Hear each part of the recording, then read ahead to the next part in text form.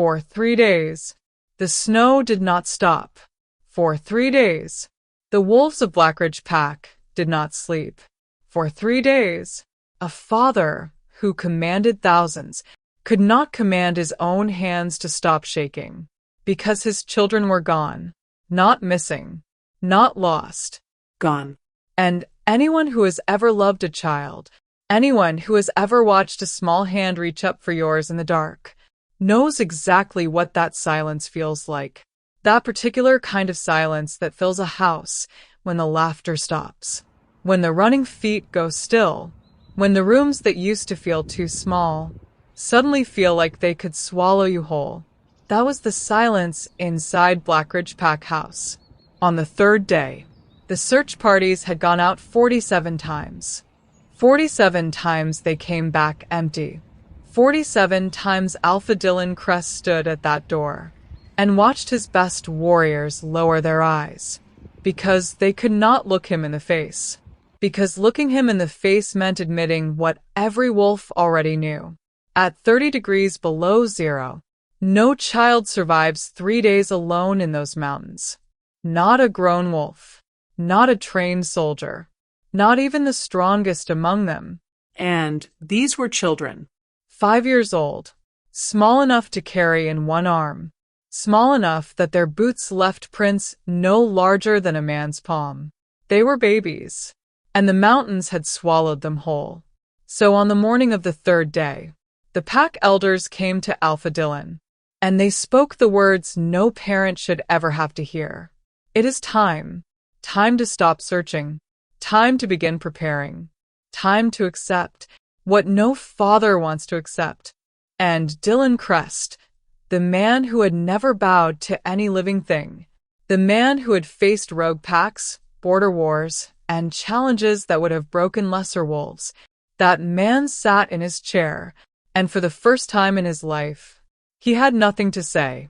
He just sat there, while the elders spoke in low voices around him, while the pack healer moved quietly through the house, pulling curtains, lowering lights, while somewhere deep in his chest, the part of him that was a father began to die. The final prayer was being prepared. The words were already written. The candles were already placed. And the doors of the pack house were heavy with grief, so thick you could feel it pressing against the walls. And then the doors exploded open. Not slowly, not gently. They did not creak open the way doors open when someone knocks and waits. They burst, like something had hit them with everything it had left, like whatever was on the other side of those doors had used its very last breath to push through them. And through the storm, through the wall of white and wind and frozen air that rushed into that room like a living thing, came a woman, barely standing. Her legs were moving, but they weren't moving right. The way a person moves when their body has already given up, but their mind hasn't gotten the message yet. Her clothes were shredded. Her face was raw and red and bleeding in 3 places. Her lips were the color of ash. Her hair was frozen solid against her cheeks. She was human, not a wolf, not a shifter, not one of them, just a human woman, in a pack house full of wolves, standing in a doorway filled with a blizzard, and in her arms, pressed against her chest with both arms wrapped so tightly around them that you would have had to break her bones to separate them, were 2 small children, Still. Pale. but breathing, the Alpha's twins. Alive. The room did not erupt. The room did not cheer, because something stopped every single wolf in that space from making a sound, something that none of them could name in that first moment, something that didn't feel like relief. It felt like warning, because as the shock began to clear, as eyes began to focus, as wolves who had been standing in grief began to register what they were actually seeing, They noticed something. the children weren't just alive. The children smelled like her. Not just the smell of someone who had been near them. Not just the smell of shared space or shared warmth. They smelled like her the way a child smells like their mother. Deep. Layered. Permanent. like she had poured herself into them. And across the room, standing near the far wall where the shadows were thickest, Beta Garrett Stone, the Alpha's most trusted man, his closest friend, the wolf who had stood at his right hand for 15 years without flinching, was staring at that woman. And he looked terrified. Not relieved. Not grateful. Terrified. Before we go any further, let us know in the comments where you are watching from tonight. We would love to hear from you. And if you are new here, click that subscribe button right now so you never miss any of our upcoming stories. We are just getting started. Now here is what I need you to hold on to. Hold on to it tightly, because this story is going to move fast, and there are 4 questions sitting at the center of it like stones in deep water. Who is this woman? Not just her name, not just where she came from, but who is she in a way that matters? In a way that explains how a human with no abilities, no enhanced strength, no wolf instincts, no protection against cold that would kill most trained shifters within hours, survived 3 days in those mountains? That is not a small question. That is everything. Why do the children carry her scent? Because wolves understand scent the way humans understand spoken language. It is not decoration. It is information. It is history. It is truth. And when a pack of trained, experienced wolves walks into a room and smells something that does not belong, they know. So what does it mean that 2 children who have been missing for 3 days smell like a woman none of them have ever seen before? Why did the beta look afraid? Not surprised. Not confused. Not even guilty. Not yet. Afraid. There is a difference between a man who sees something unexpected and a man who sees something he was hoping he would never have to see. And Beta Garrett Stone in that moment looked like the second kind of man. Which raises a question that is going to sit with you for the rest of this story. What did he know? And when did he know it? Was this a rescue? Or was it something else entirely? Because the woman was there. The children were alive. And on the surface, it looked like a miracle. But miracles don't usually make the beta look like he's been caught. Miracles don't usually walk through a door smelling like 3 days of desperate survival and something else underneath it. Something careful. Something deliberate. And what she said next, in a voice so raw and broken it barely made a sound, was going to tear this pack apart. To understand what was lost, you first have to understand what was there. You have to understand Blackridge. Not just as a pack. Not just as a territory or a bloodline or a set of rules carved into tradition, but as a home, because that is what it was. To understand Alpha Dylan Crest, you have to forget the image of what an alpha is supposed to look like. Forget the stories of hard men in hard rooms making hard decisions. Dylan Crest was those things, yes. In the field, he was iron. In negotiation, he was stone. In conflict, there was no one you would rather have standing beside you, and no one you would less want standing across from you. But there is a version of Dylan Crest that only 3 people in the entire world had ever seen. And 2 of them were 5 years old. Every night, without exception, without cancellation for meetings or pack business or emergencies that could have waited until morning, Dylan Crest went upstairs. He sat on the edge of a bed that was too small for him, and he read to his children. Not from the books the pack elders preferred.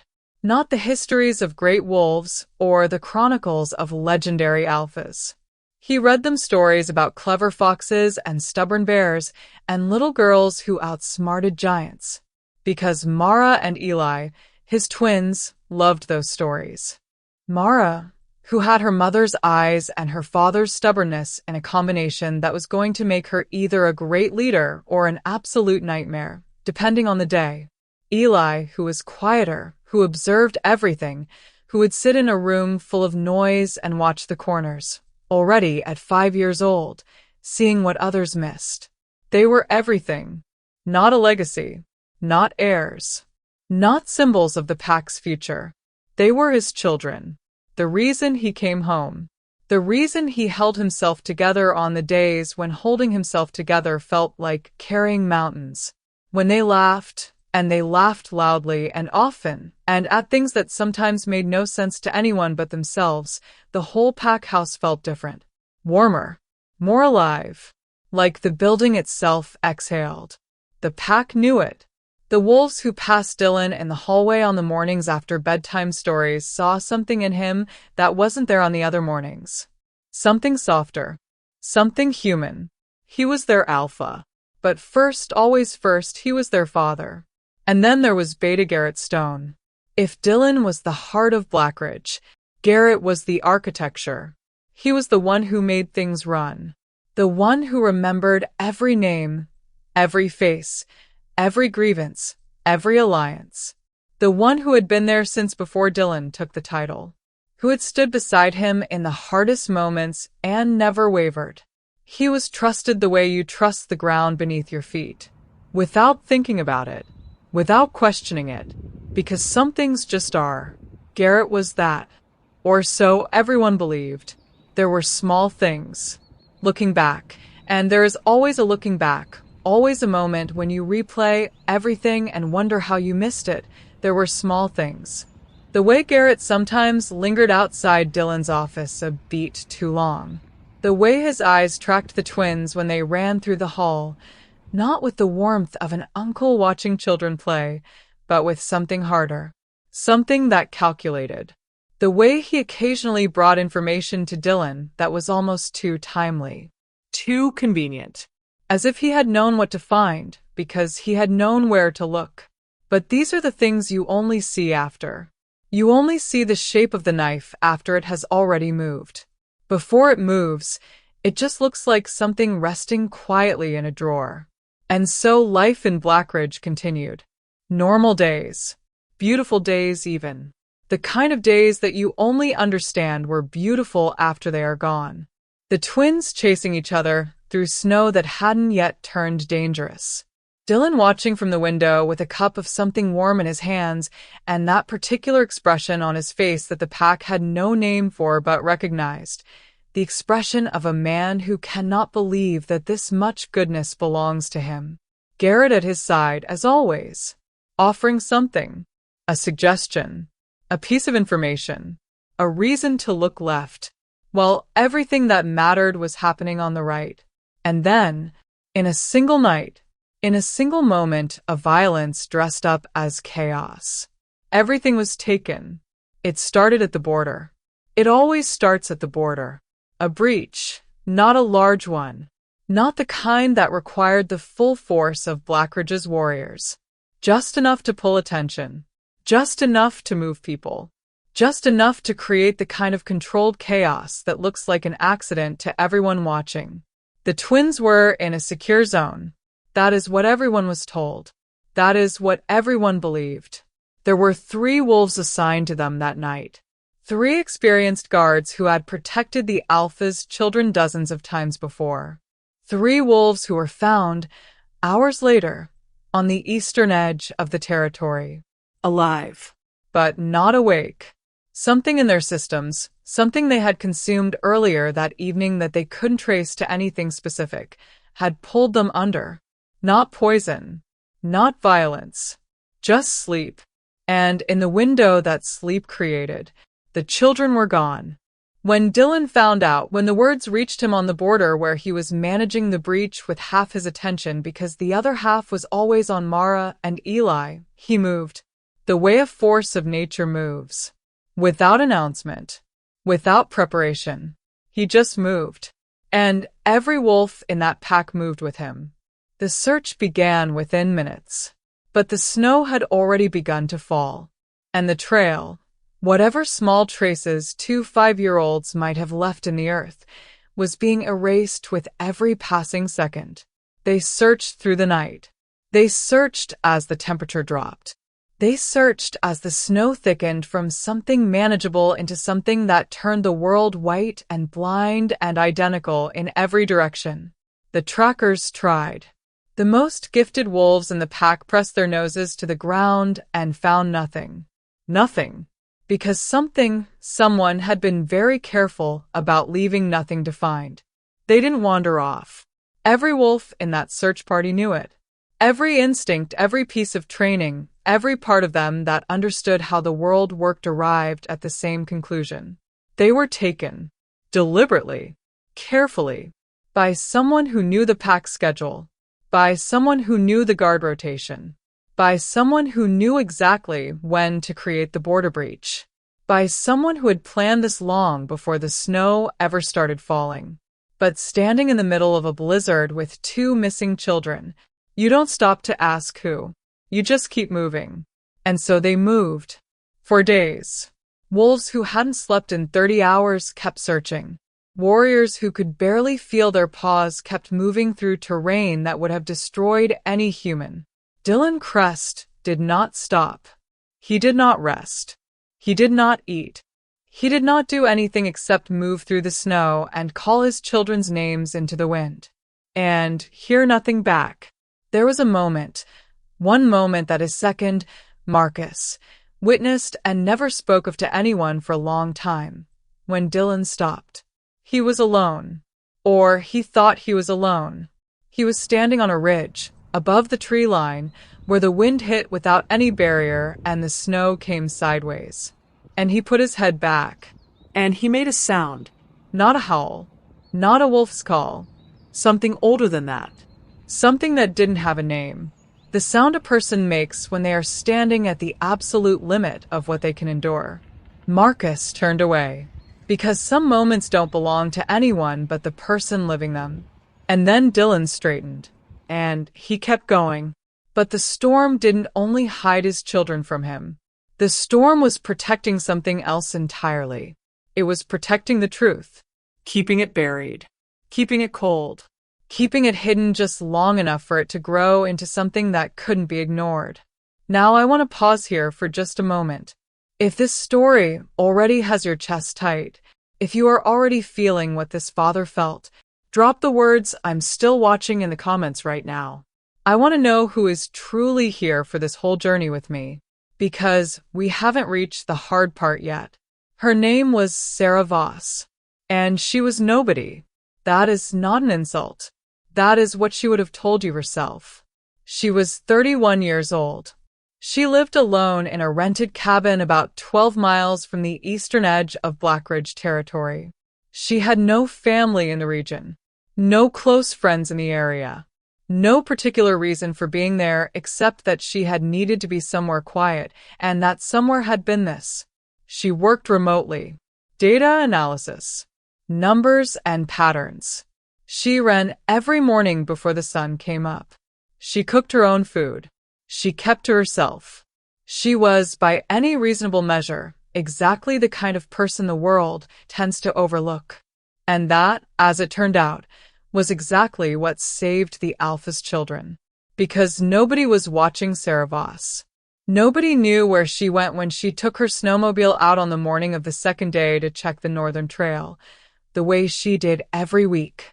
Nobody was tracking her. Nobody was accounting for her. She was invisible. And the invisible ones sometimes see everything. Her snowmobile broke down 4 miles into the northern ridge. Not dramatically. Not with any warning. The engines simply stopped. The way things stop when they have been pushed past their limit one too many times and choose, quietly, to be finished. She had done everything right. She had tools. She had emergency supplies. She had layers. But 4 miles into a mountain range in a blizzard with a dead machine is 4 miles further from safety than any of it matters.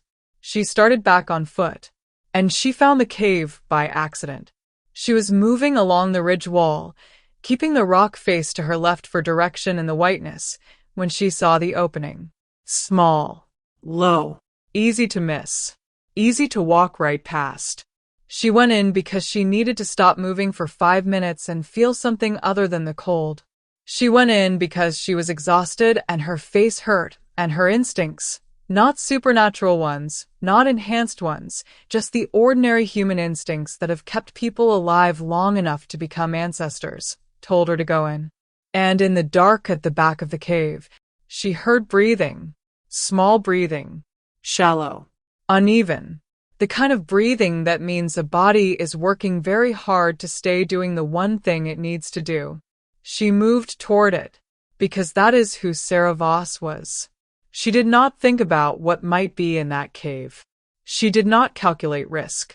She heard small breathing in the dark, and she moved toward it. And she found them, tucked into each other. Mara and Eli, 5 years old.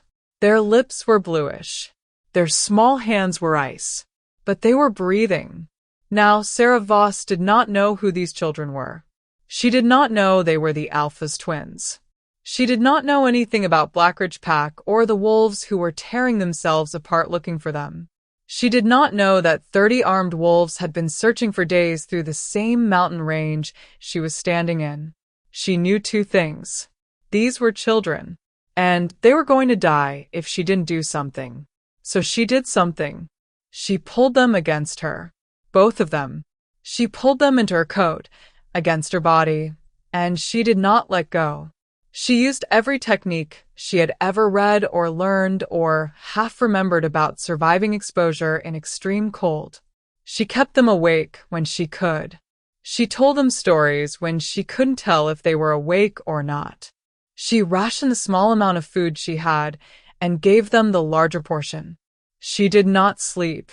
She could not sleep, because she had learned from somewhere, a book, a wilderness course she had taken years ago and thought she would never need, that if you fall asleep in cold that deep, you do not always wake up. And if she didn't wake up, these children didn't survive. So she stayed awake for 2 nights and a day, watching their small faces, watching their chests for the rise and fall that told her they were still there, talking to them in the dark, telling them about nothing, about data patterns and number sequences, and what she planned to cook when she got home, because she needed them to hear a voice. And she needed to hear one too. Now. There is something I need to tell you about the cave, because Sarah Voss did not find it empty. She had been there for several hours, long enough for the children's color to improve slightly, long enough to feel like she might actually be able to get them through this, when she heard something outside. Footsteps. Heavy ones. Not animal. Human. She went still, and through the narrow opening of the cave, in the gray light of the blizzard, she saw a figure. Large. Dressed in a military-style coat, the kind with the structured shoulders and the heavy waterproofed outer shell. Standing at the entrance to the cave. Just standing there. And then he looked in. Sarah pressed herself back against the rock wall with the children tucked behind her. The figure looked into the cave for a long moment. Long enough that her heart stopped making sounds she could track individually. Long enough that she was certain he had seen her. And then he turned, and he walked away. He didn't investigate. He didn't call out. He didn't do any of the things a person does when they find a cave and wonder if there's someone inside. He just looked and left, as if he already knew what he was going to find, as if he had already decided what to do with that information. And the decision was nothing. He didn't check if they were alive. He left them like they were already dead. That thought settled into Sarah's chest like a stone.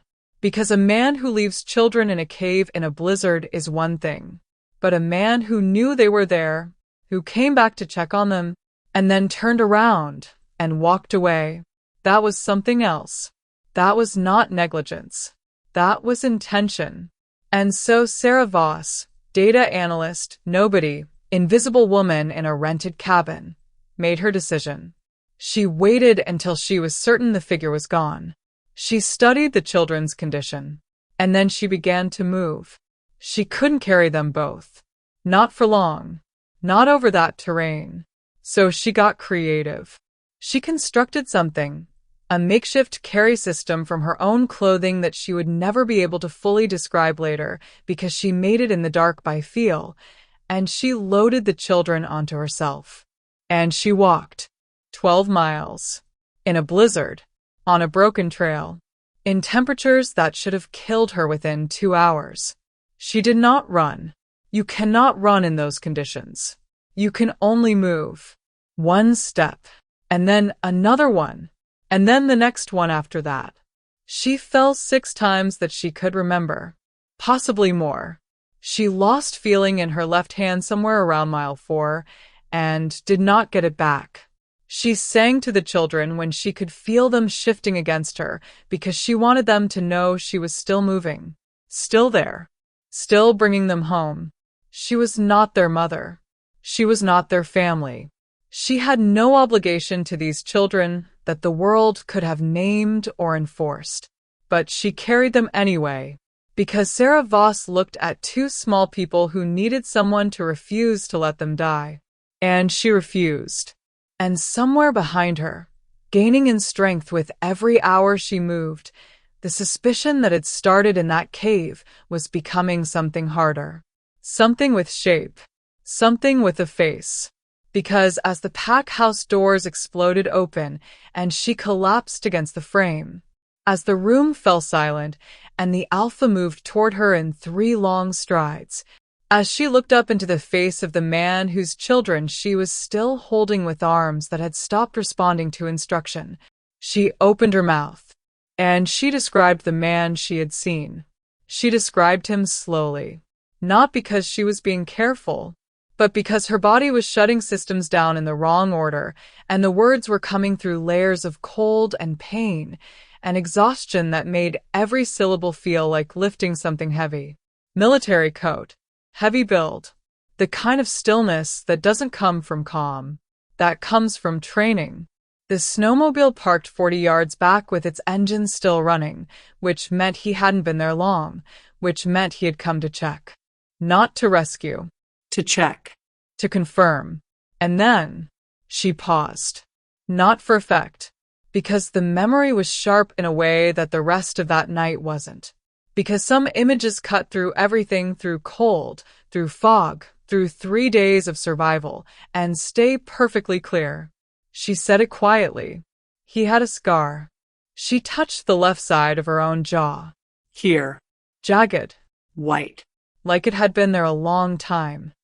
The room went quiet in a way that is different from the silence that comes from not knowing.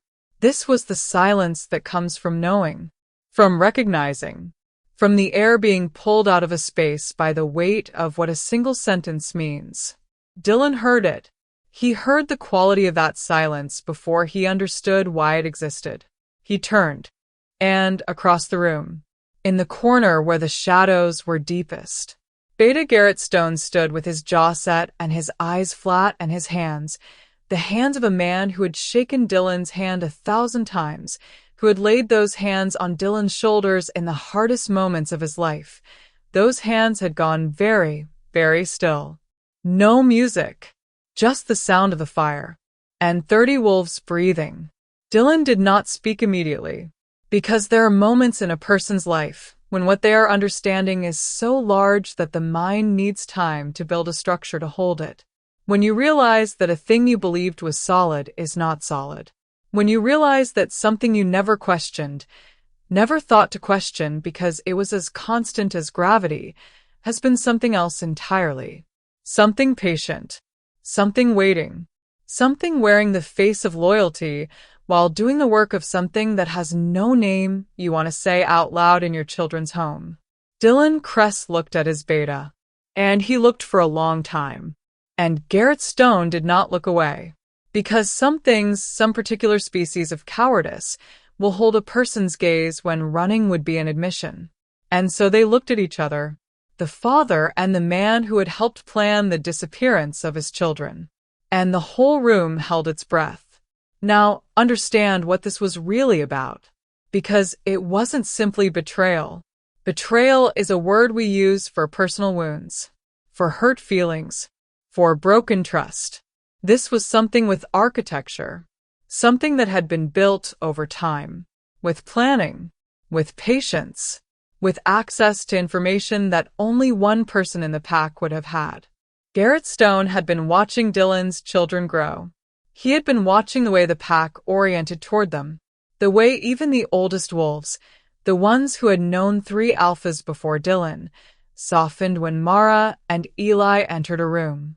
He had been watching a future take shape, and he had decided that future was not his. He had been passed over. Not recently. Years ago.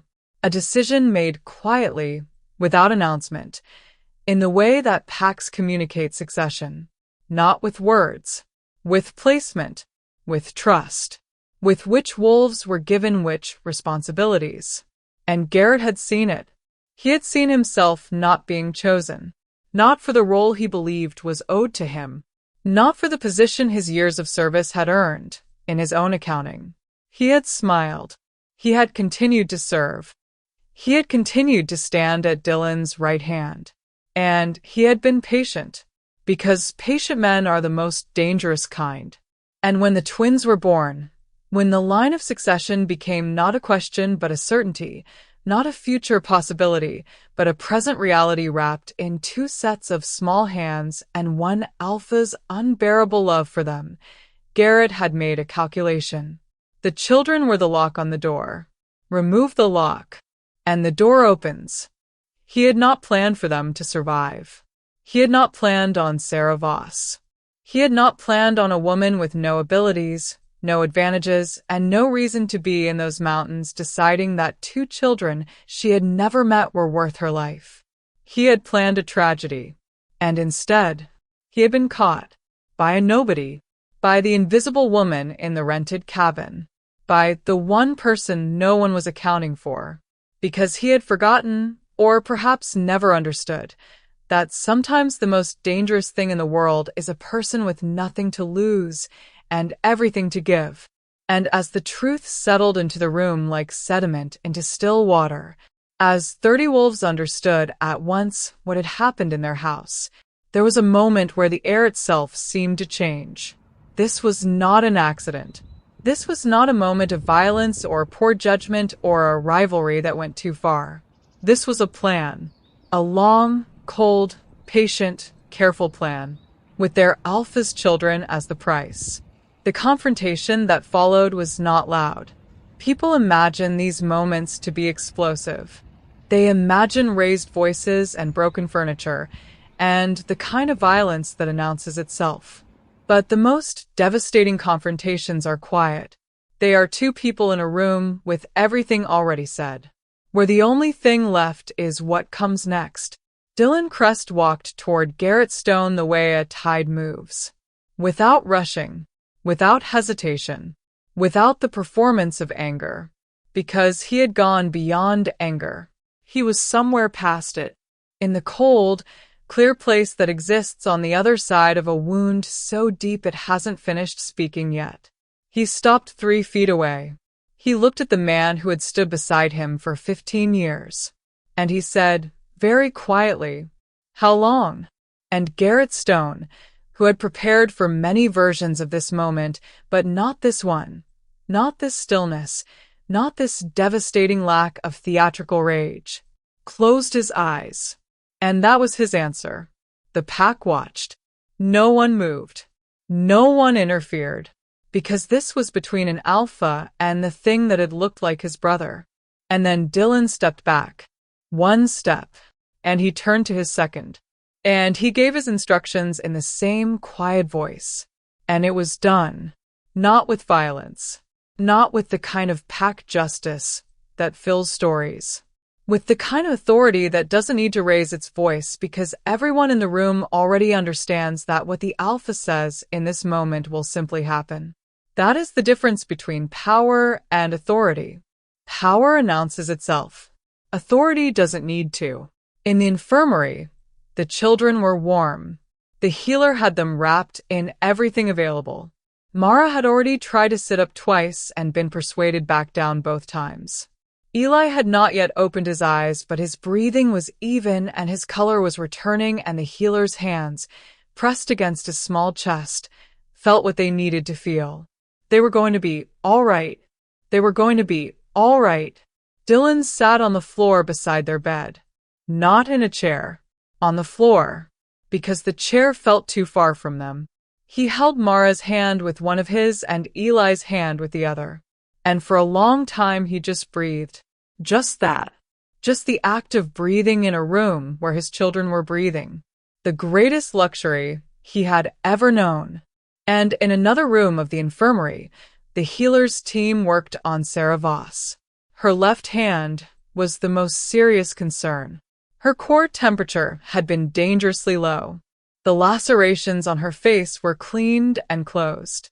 She was unconscious by the time they settled her onto the bed, unconscious in the truest sense, the kind that is not sleep, but the body's final refusal to remain awake, the kind that says I have done everything asked of me, and now I need to stop.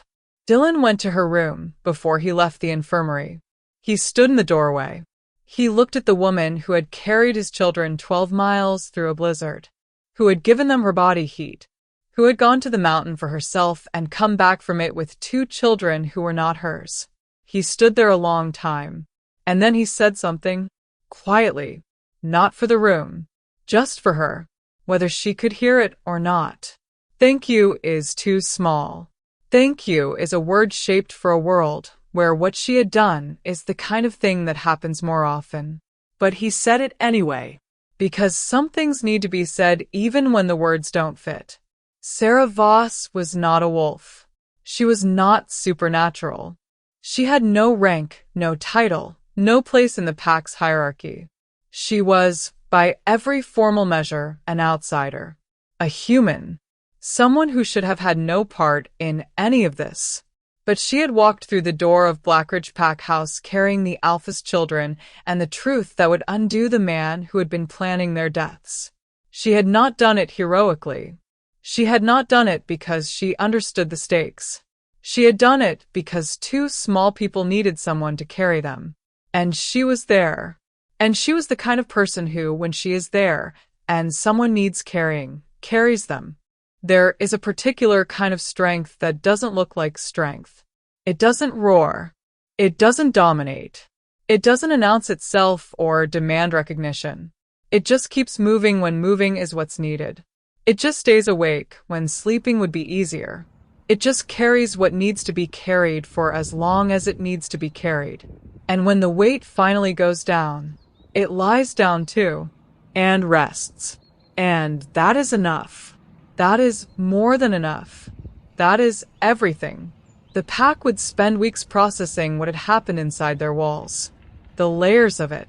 The questions it raised about who they had trusted and why, and what it meant to trust so completely that you stopped looking. There is a lesson in that. Not a comfortable one. Not the kind you write on something beautiful and hang on a wall. The hard kind. The kind that stays with you because you earned it. Evil does not always announce itself. It does not always come from outside the walls you've built. Sometimes it is already inside. Sharing your table. Standing at your right hand. Calling you by your name. And sometimes the person who unmasks it is someone you would never have chosen. Someone with no advantages. Someone who was just there. Someone who looked at what needed to be done and simply did it. Because that is the other lesson. The one that lives on the other side of the hard one. The ones who save us are rarely the ones we expected. They do not come with trumpets. They do not come with the right name or the right bloodline or the right kind of strength. They come through a door in a blizzard, barely standing, bleeding, holding what matters most. And they put it down gently. And then they fall. And what we do next, how we honor that, how we hold it, how we let it change us, says everything about who we actually are. So, I want to leave you with some things to think about. Not as questions with answers, but as questions worth sitting with. If you were Dylan Crest, if the person you had trusted most in the world had done this, do you think you could find the stillness he found? Or would the grief have made it impossible? Because grief and rage are very close cousins. And choosing stillness when both of them are pulling at you, that is not a small thing. And if you are Garrett Stone, and I am not asking you to sympathize, I am asking you to understand, what is the kind of resentment that builds quietly for years? What does it take to let something like that grow in the dark until it becomes capable of this? Because understanding how darkness grows in ordinary people is not excusing it. It is how we learn to see it before it reaches that far. And if you were Sarah Voss, if you stumbled into a cave and found something that was going to cost you everything you had left, would you have done the same? I'd like to think I would. I'd like to think we all would. But I think the truth is that the people who do those things rarely plan to. They just find themselves there. And they choose one step, and then another, and then the next one after that. Because sometimes that is all heroism is. Just the refusal to stop moving. Just the decision, made quietly, without audience, without guarantee of anything, to carry what needs to be carried, until you can put it down and rest. If this story stayed with you, if Sarah Voss feels like someone you want to remember, leave a comment below and tell me why. Tell me what part of this story hit the hardest. Tell me where you're watching from tonight. And if you are not yet subscribed, do it right now, because the next story we're telling is going to reach even deeper. These are the stories worth telling. The ones that stay. The ones that remind us what we are made of. I'll see you in the next one.